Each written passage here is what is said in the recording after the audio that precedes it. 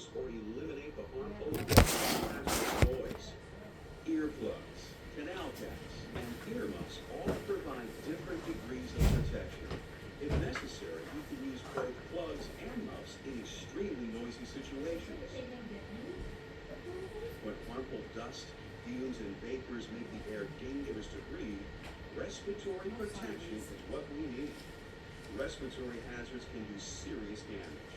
Fortunately, there are a number of types of protection that can help. Filter masks and chemical cartridge respirators protect you from different types of hazards, so you should first determine what kind of protection you need for the job that you're doing. In many cases, a dust mask will be the right choice.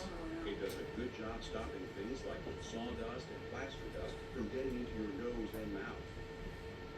If you're working with especially heavy concentrations of dust, hazardous chemicals, or asbestos, a cartridge respirator may be required. When you select your equipment, make sure that it's undamaged. If you're unfamiliar with the equipment, it's a good idea to practice using it before going into your work area. And remember, a good, strong hard hat is essential around overhead hazards. Keep in mind, most tasks have multiple hazards, so combine safety gear for maximum protection. Talk to your supervisor about the PPE that's right for you.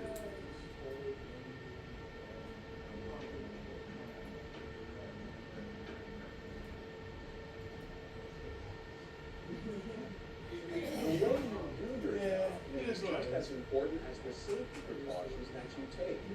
Careless habits can have devastating consequences. Tools. Where would we be without them? But use a tool incorrectly, and somebody could get hurt. Always use the right tool for the job, and make sure you know how to properly use the tools that you work with. Power tools and other electrical equipment require special considerations. Inspect power cords before use. A damaged wire is both a shock hazard and a fire risk. And don't create an octopus. Too many plugs in one outlet or extension cord can overload a circuit, blow out a fuse, or even start a fire. Remember to unplug or lock out electrical equipment before attempting repairs. If you forget, you may get a shocking reminder. If you're working with equipment that has exposed moving parts, make sure the appropriate guards are in place. Remove loose clothing and jewelry that could get caught in the equipment as well. But safe work practices go beyond how we use tools and equipment. We need to be careful how we use our bodies as well. Each job makes a different set of demands. Knowing how your body moves can help you to avoid ergonomic problems. Keep your body in neutral positions as much as possible. Select tools that are ergonomically friendly and whose weight, size, and shape make them easy to use. Position yourself to minimize any stretching or twisting to reach what you're working on. Keep tools and materials within easy reach. When you're lifting something, be sure to use proper technique. Bend at the knees. Keep your back straight. And lift with your legs, smoothly, not suddenly. If you're ever unsure about how to use a piece of equipment or perform a task, talk to your supervisor.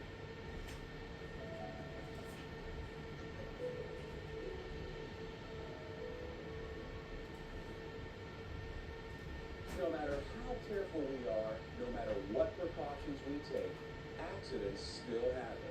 So we have to be prepared to act if an emergency occurs. Read the safety data sheets for any hazardous materials in your area before you work with them.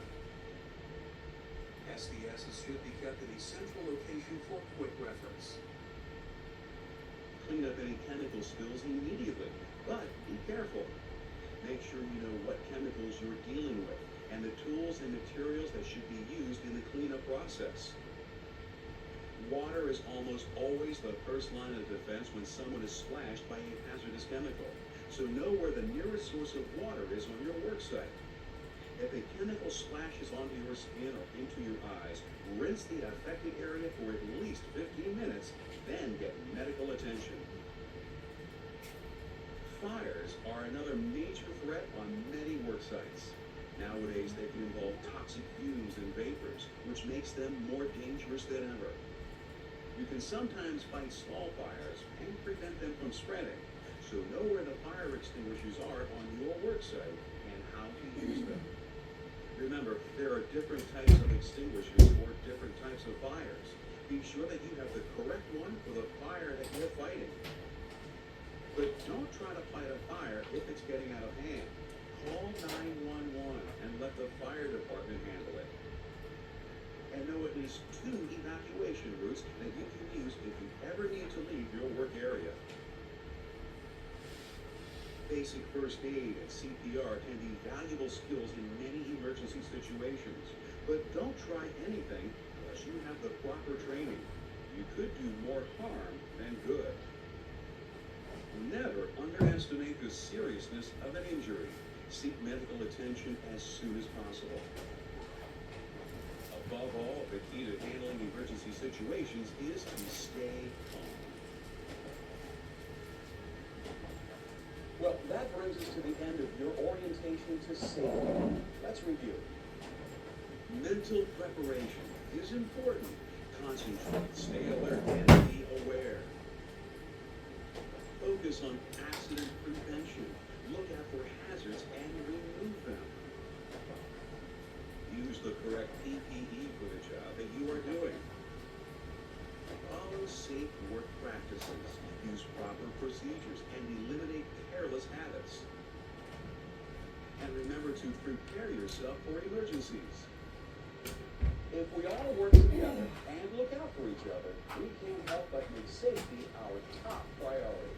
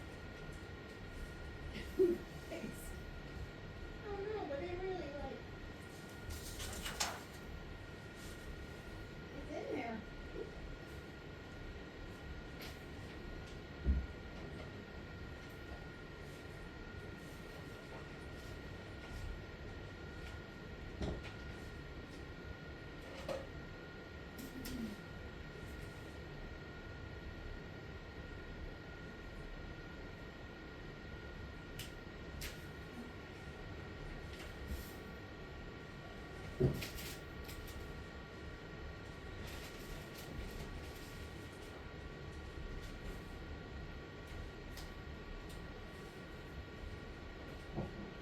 the number to the walk? Where did you go here? Huh?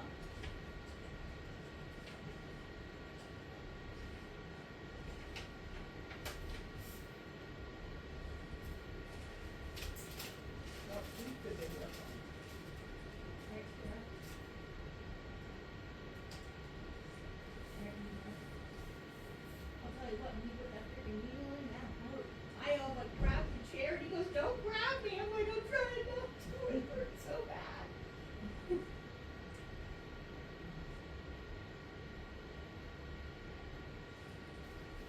know your gum first? Yeah, a little bit. But then you still feel it.